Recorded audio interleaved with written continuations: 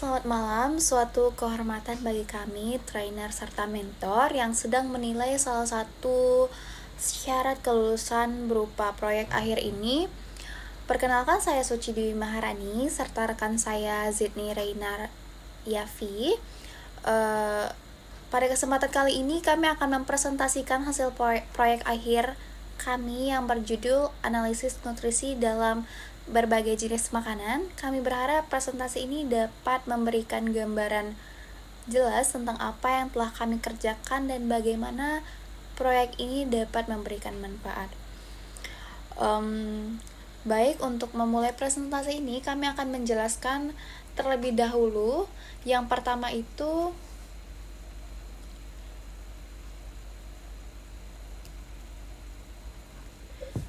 daftar isinya. Yang pertama adalah pendahuluan, yang kedua adalah tujuan project, yang ketiga kami akan menjelaskan manfaat project, yang keempat ada metodologi penelitian, yang kelima ada input database, yang keenam ada data mart, dan yang ketujuh ada visualisasi data.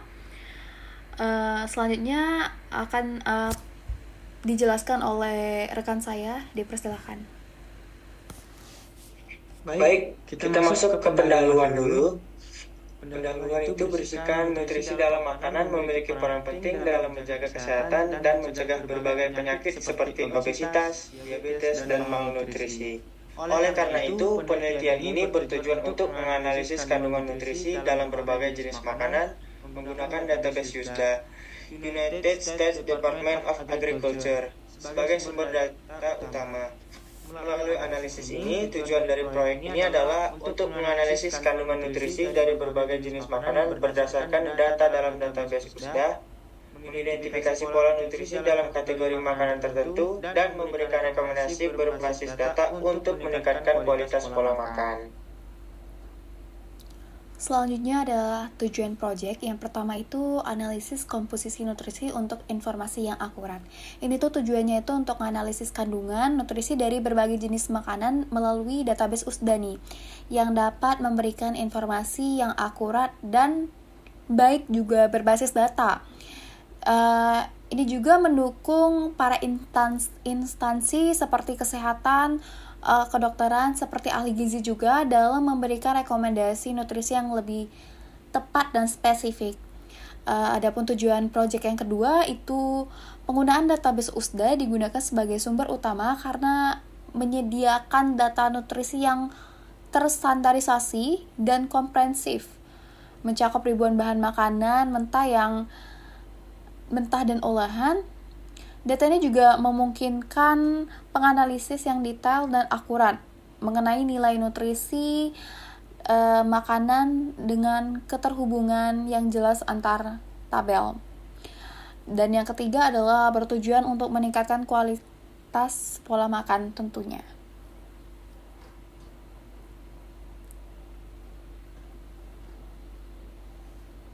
Oke, manfaat proyek itu yang pertama ada mendukung penelitian nutrisi yang lebih lanjut.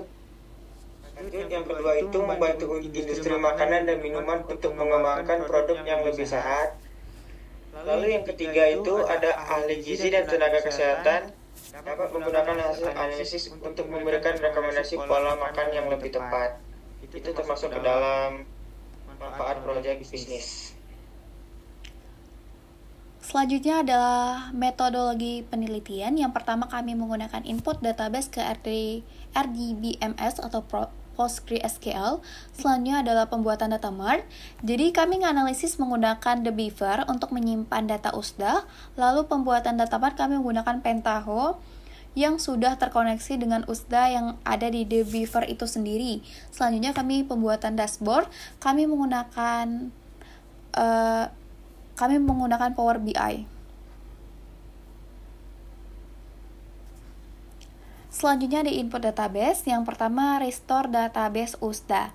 Jadi proses pengimporan database ke PostgreSQL tentu suatu hal penting yang harus diperhatikan dengan baik, yang dimana dalam pengelolaan data harus memastikan data dapat diakses serta diolah dengan baik dan optimal. Salah satunya seperti perbandingan nutrisi antar kategori makanan atau tren pola nutrisi. Selanjutnya kami menggunakan dbeaver terhubung dengan PostgreSQL. Jadi lalu yang kedua ini pada dbeaver kami menggunakan data USDA atau United States Department of Agriculture yang akan kami olah sesuai dengan judul yang kami angkat.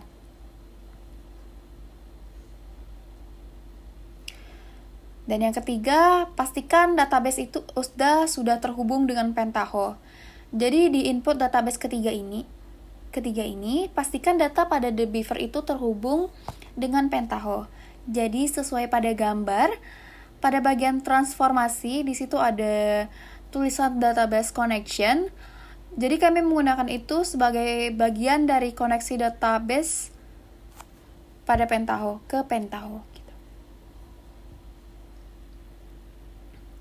Lalu selanjutnya ada data mart. ETL di Pentaho menghasilkan data bar.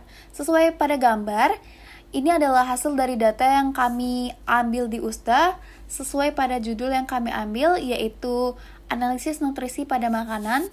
Tabel input yang kami dapati ada NUTDEF, yaitu definisi nutrisi. NUTDATA ialah data nilai nutrisi. FoodDes ialah deskripsi makanan. Food group adalah kelompok makanan.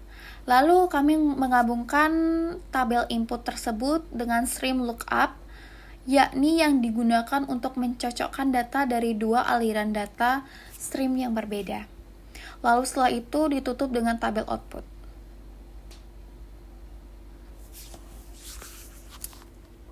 Kita masuk ke visualisasi data. Yang pertama itu kita akan menghubungkan data mart tersebut ke dalam tools visualisasi ke Power BI yang akan menggunakan koneksi database PostgreSQL, yang dimana servernya ini menggunakan localhost 542 dan databasenya itu USDA. Lalu data connectivity mode-nya itu tetap import. Oke, kita masuk ke database USDA. Seperti pada gambar, yang pertama itu ada username-nya itu seperti yang telah kita buat sebelumnya, itu username dan passwordnya Postgres dan password yang kalian buat sebelumnya. Lalu kita langsung masuk ke dalam table view. Di dalam table view ini, yang dimana data ini sebelumnya dilakukan ETL di Pentaho. Nah, lalu kita bisa langsung ke visualisasinya. Yang pertama ini kami membuat dashboard home dan dapat memudahkan kita ke halaman dashboard. Di sini kita menggunakan button. Button ini berisikan pola kandungan, eksplorasi data nutrisi, dan memahami struktur. Kita langsung saja ke dashboard pola kandungan. Di sini ada slicer, yang dimana pada kode kelompok makanan ini terdapat slicer. Jika saya menggeser slicer ini, visualisasi kandungan nutrisi berdasarkan jenis makanan akan berubah. Begitupun dengan card yang berisikan kode unit nutrisi, kode tipe makanan, dan deskripsi tipe makanan. Pada visualisasi kode kelompok makanan, yang ini, terdapat fieldnya itu dari tabel data mart, FD group, dan kolom FD group kode. Fields pada visual card kode unit nutrisi menggunakan tabel data mart FoodDes dengan kolom NDBino.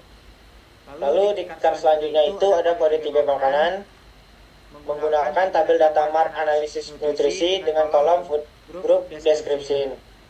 Lalu card terakhir menggunakan tabel data mart analisis nutrisi yang berisikan kolom long dash. Oke, kita lanjut ke kandungan nutrisi berdasarkan jenis makanan. Di sini kita menggunakan visual stack bar chart dengan y-axis tabel data mart FD group, kolom food group dash. Lalu ada x-axis tabel data mart itu nut data dan kolomnya itu nutrisi number. Lalu di legend ini terdapat name yang berisikan kandungan nutrisi. Di sini menggunakan tabel data mart, analisis nutrisi, kolom deskripsi. Kita lanjut ke eksplorasi data nutrisi menggunakan button action. Oke. Di sini ada, di dalamnya ini terdapat kategori makanan. Di sini kategori makanan ini menggunakan slicer title dengan tabel data mart MD group pada kolom food group dash. Lalu di bawah ini menjelaskan jumlah total titik data yang menggunakan visual card dengan tabel data mart, node data, dan kolom node data PTS. Lanjut ke jumlah item makanan. Di sini di bawah ini menggunakan data mart node data dan menggunakan kolom MDB no. Lanjut ke visualisasi perbandingan proporsi kode nutrisi yang di atas ini. Ini menggunakan pie chart yang berisikan values dari tabel data mart node data dan kolom dari node nutrisi number serta nutrisi validation. Lalu di sini ada visual total kode nutrisi dan nilai nutrisi berdasarkan kelompok makanan menggunakan x-axis dari tabel memakai data mart analisis nutrisi kolom food group dash dan y-axis dari tabel data mart node data kolomnya itu berisi nutrisi number dan nutrisi value. Oke, kita lanjut ke dashboard memahami struktur. Nah, di sini ada struktur data mart analisis nutrisi. Yang pertama ini ada satuan nutrisi yang dimana jika saya memilih nutrisi G misalnya, visual pada semua chart ini bakal berubah sesuai satuan nutrisi seperti ini. Nah, lalu di sini untuk total nutrisi berdasarkan kelompok makanan dan kategori produk. Begitupun visual distribusi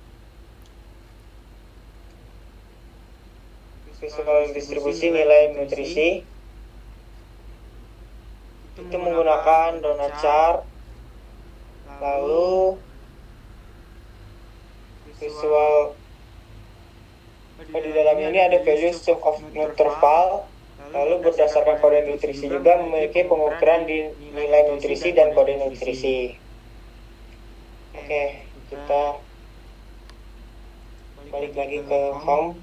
Jadi tujuan dashboard ini sebagai alat yang mendukung analisis data berbasis nutrisi secara menyeluruh dan mudah diakses.